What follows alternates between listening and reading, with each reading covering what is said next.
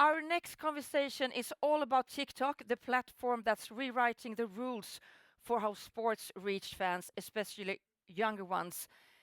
Ido, welcome back, and welcome Adam Aketesh. Aketek. Almost. I catch. A Akech. catch. Akech. Thank you so much. Oh, but you're an Adam, not an Adam. Both works actually. It Oh, depends on the crowd. Is it Swedish today or the Adam? oh. Hold on. Okay, we know you, Ido. But Adam, who are you? Please introduce yourself. My name is Adam Akech. I lead the sports partnerships in the Nordic region at TikTok. So I work really closely with the rights holders, sports organizations, and broadcasters, and I help them drive impact and grow on the platform. Yeah, and I think sports on TikTok we've evolved at a very high pace. We've evolved very rapidly. And to give a bit of context and scale, at the moment it's one of the most watched verticals on the platform. And the past 6 months, it's generated over 2 trillion views globally. So the interest is definitely apparent. So if you choose one TikTok sports moment, big or small, that made you stop and think, yes, this is exactly what makes this platform different from anything else. hmm Hmm. I think that's a good question. Describe it. I think for me, it wasn't so much a specific moment. It was more a pattern. I think just like your question, sports is really about selling emotions, right? And what I noticed on TikTok was that the sports moment that I think affected me personally, at least, wasn't necessarily goals or highlights or wins. It could be a runner collapsing after a race. It could be a player crying during the national anthem, or maybe comforting an opponent. And I think that what TikTok does really well is capture emotions. And I think that it, at a very high scale, it has the capability of turning things we watch into things we feel. And I think that when you feel something, you tend to keep watching. And I'll ask you the same, Ido. Maybe something one of your partners created that really stood out.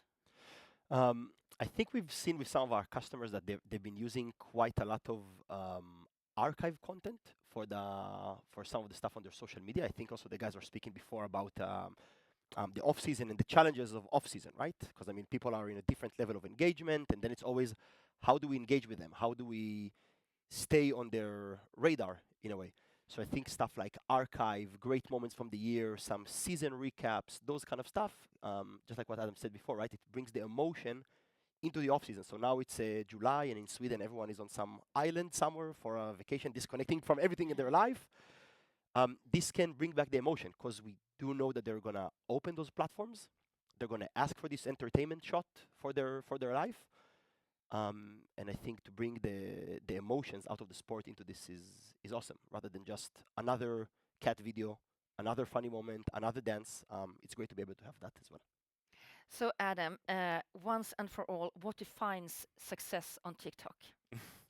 I think that traditionally success on social media in general has been defined by views and followers, right? And I think that while that still might be the case for many, I feel that TikTok has kind of played a role in shifting the spectrum a bit, and we'll see relatability become much, much more important. It's been connection over time. Correct, Yeah. correct, correct. And I think that that development has led to us maybe valuing sparking conversations and engagement more than vanity metrics. And I would say on TikTok, the capability of building and specifically maintaining an audience is a huge metric for success. You mentioned it, but what do the best performing sports accounts on TikTok do differently? Is it all about emotions, You know what? I think timing?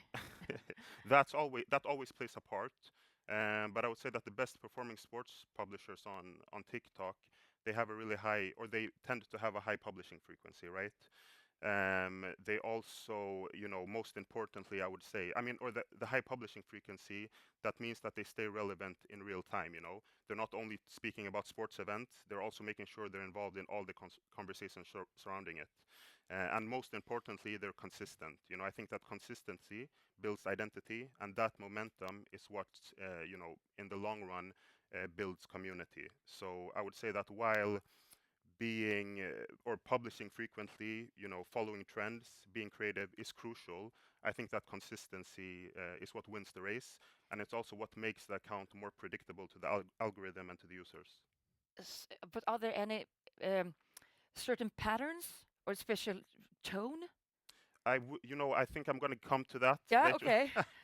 I'm going to come to that later on, but I would say in terms of output, it's being consistent. Frequently posting is important, but I think that if you don't stay consistent, you kind of lose the Yeah, community. we'll talk more about it later. Ido, when you work with your partners, what is the most key mindset shift you find is the most essential for their success? Big one. I think trying to kind of like recapping my time in WC, the last 4.5 years, when I would start having those discussions with different organizations 4.5 years ago, people would look at social media as a competitor to their brand, right? Organizations wouldn't have social media accounts, leagues, broadcasters, clubs. They would be in a very, very closed environment, and they're not looking at it, let's say, from a fan funnel perspective. They would kind of like only serve the ones which are down the funnel, paying money. These are the only ones that they would kind of serve with content. And I think today it completely changed, which is, I think, of course, thanks to the like of TikTok and the likes, because of this evolution in the world, because people understand that this is where their audience is at, right? Everyone looks for these entertainment shots in their day.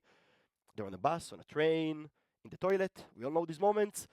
You have some time, you're waiting for something, you open your apps, you have your go-to apps, you maybe check your news, social media, and then you move on with your day. You had 5 minute slot for entertainment.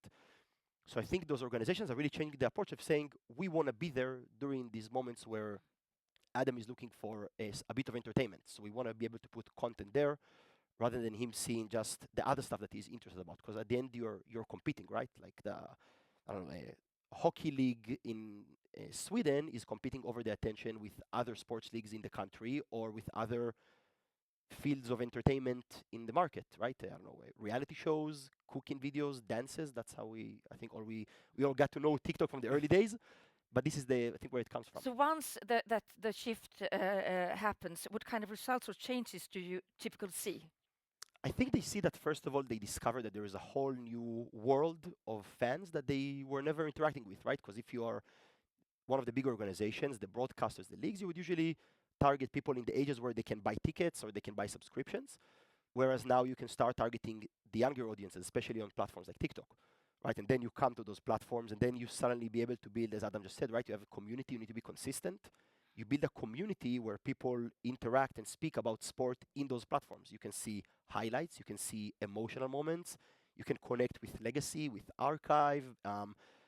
As Peter also mentioned, right, media days, you activate the clubs, whether it's them boarding a flight for an away game, doing some, ice hockey. When I started following it because of when I joined WC, I started seeing that there's lots of really interesting stuff that you can show from content around hockey. The different whole stick handling, the pucks, all of the different tricks you can do around it. Super, super interesting. So it gives this kind of like mirror into those sports, which I think is very, very interesting. So it's really changing the approach of making the whole sport bigger and not just about the game and the viewership tonight. So because when the sport will grow, the leagues and the clubs will benefit, the media rights and the broadcasters, all of them will benefit from that as well. So you just make it a bigger thing in the country. Is there any technical barrier? Yeah, huge ones. I mean, when Adam mentioned about spoke about consistency, right? We look at it also from the WC side. There are two challenges to scaling on those platforms. One of them, of course, is resources and manpower. So I think from the WC side, where we have the automation in place and those functionalities, so we can actually support and handle a big part of the scale.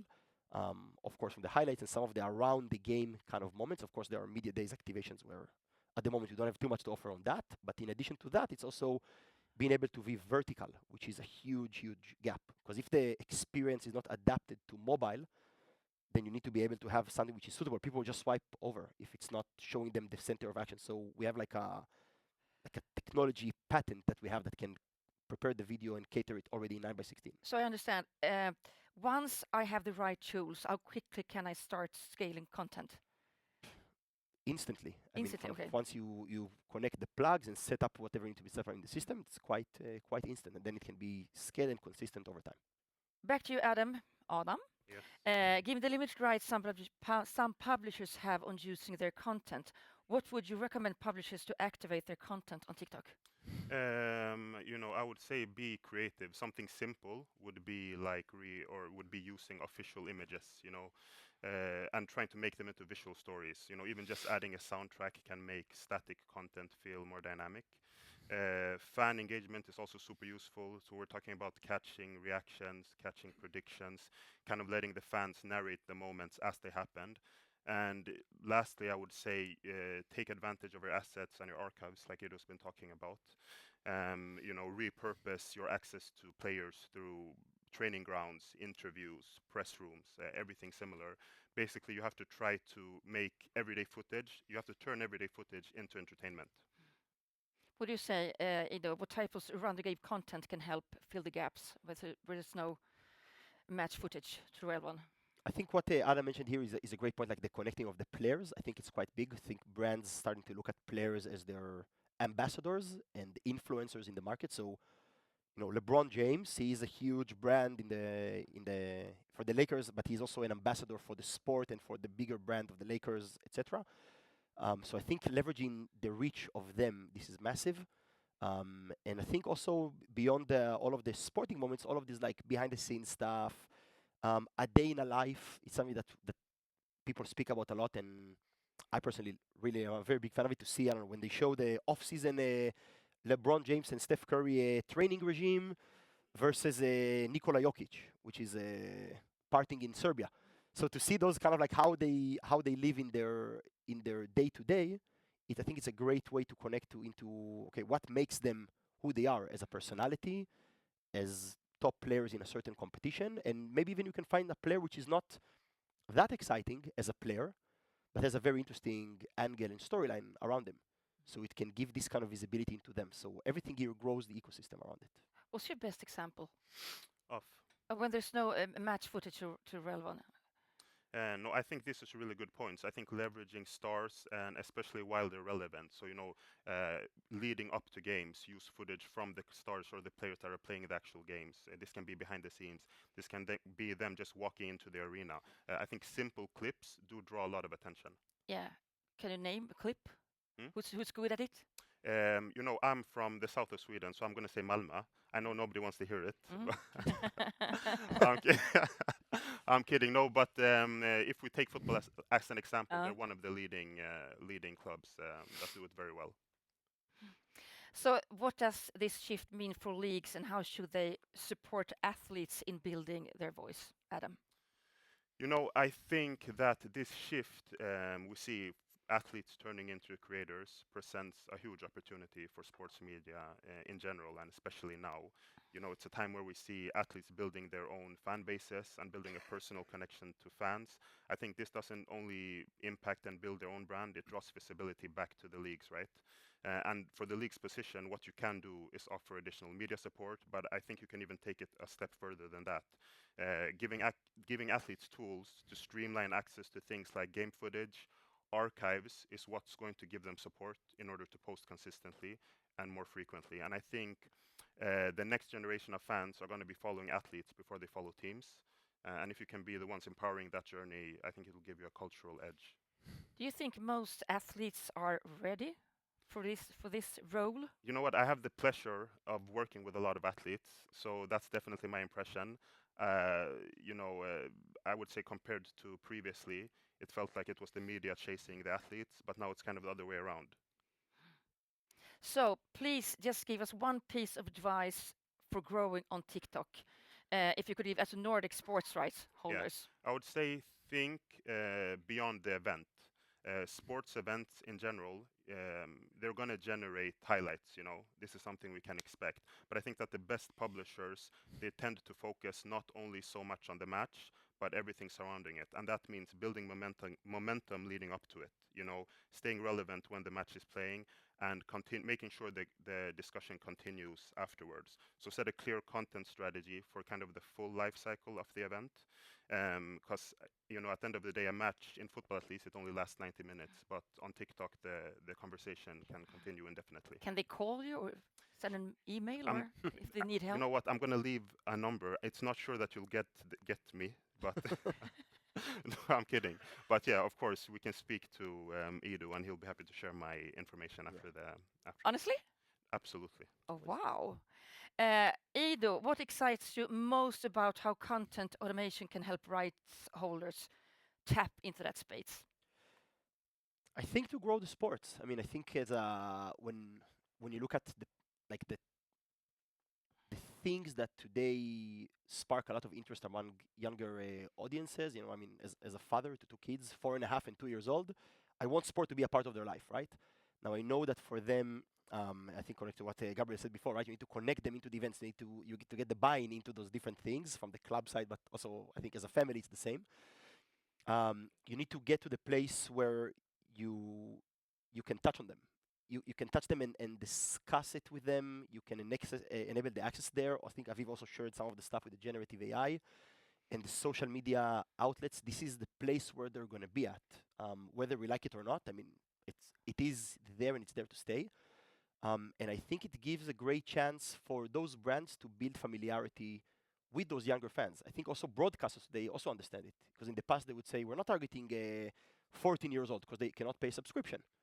But today, this mindset is shifting because they realize that if they want these guys to be, guys and girls, to be subscribers in 4 or 5 years' time, they have to tap on this audience early on. So they use that as a part of this acquisition funnel. It can also generate demand bottom up instead of a household subscribing to a platform and the parents showing the kids the content. The kids can show the interest in seeing those things, and then it can generate a different demand within the household. I mean, I always give it as an example from the entertainment side, right? Like I think also in the Nordics, it's maybe the most extreme version, right? You have 1,000 subscriptions. Probably every person here has like 6, 7 subscriptions to different platforms. Everyone always negotiates: should I keep this? Should I drop that? Because we pay a lot of money for the subscriptions. But the thing with the kids content like platforms like Disney, nobody charges that because the kids are watching Disney, they're watching Moana, they're watching Lion King, so nobody kind of like negotiates that in the household because the kids are happy. Yeah. So if the kids are going to come up with demand, we want to watch more sports. I don't know many parents that would be against something like that, even if the parents are not into sport. So it's a nice way, I think, to Sure. go the other way around to generate this demand. Do you have questions? So please ask. Or forever hold your peace. Yeah. Now, when you have the expert on the stage. You know what? That's a good sign. I'm very clear. Yeah. My message. Okay. Yeah. You have to need the microphone because we are recording. Aviv, microphone. We are recording this. So. And who are you? תדליק את ה... There's just under the yellow sticker. Yeah. Oh, hello. Oh. Yeah. Hi, Jacob. I work at Two Circles. And a question for you, Adam. Before it seemed like you guys were doing a little bit more and trying with full-length content, full games, and so on. Have you given up on that, or are you still interested in that sense, or yeah, where you're like, yeah, how's that progressing? I know what you mean. I think this is a content type we're still very interested in. I do, however, see it being prioritized more in larger markets. So, for example, the the US, the ESPN account did a campaign where they focused solely on. You're talking about full vertical content, and it performed really well. And I think they saw an increase in 40% during that campaign period. So it is something we see, but I do think it is a bit a question of which market you're in and what type of sports you're consuming. Another one? Then I have a last question for you, Adam. You've talked about emotions, you've talked about timing and connection, but what about trends? I mean, trends come and go. What is the sports trend right now on TikTok? And who decides that? I think, generally speaking, it's the audience that decides the trends, you know.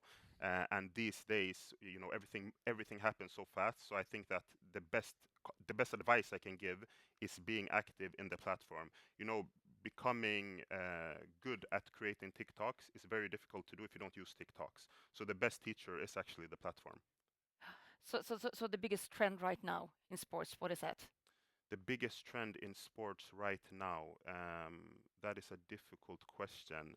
You know, I would perhaps say we see a lot of people imitating goal celebrations. That's Imitating? goal celebration. Oh, okay. That's something we see growing. Yeah. So yeah, if I don't know if anybody is a football fan, or I don't know how many hockey You know, celebrations. goal there are. as a win. Yeah, okay. Exactly. So you should try to. Can you do maybe- Thomas Brolin? You know what? I actually can. I'm not bad. It's We can do it together. maybe my clothes are a little tight Yeah. today, but maybe after the hockey game tonight. Yeah. Okay, thank you so much Thank you. for coming here. Thank you. Thank you, guys. Thank you very much.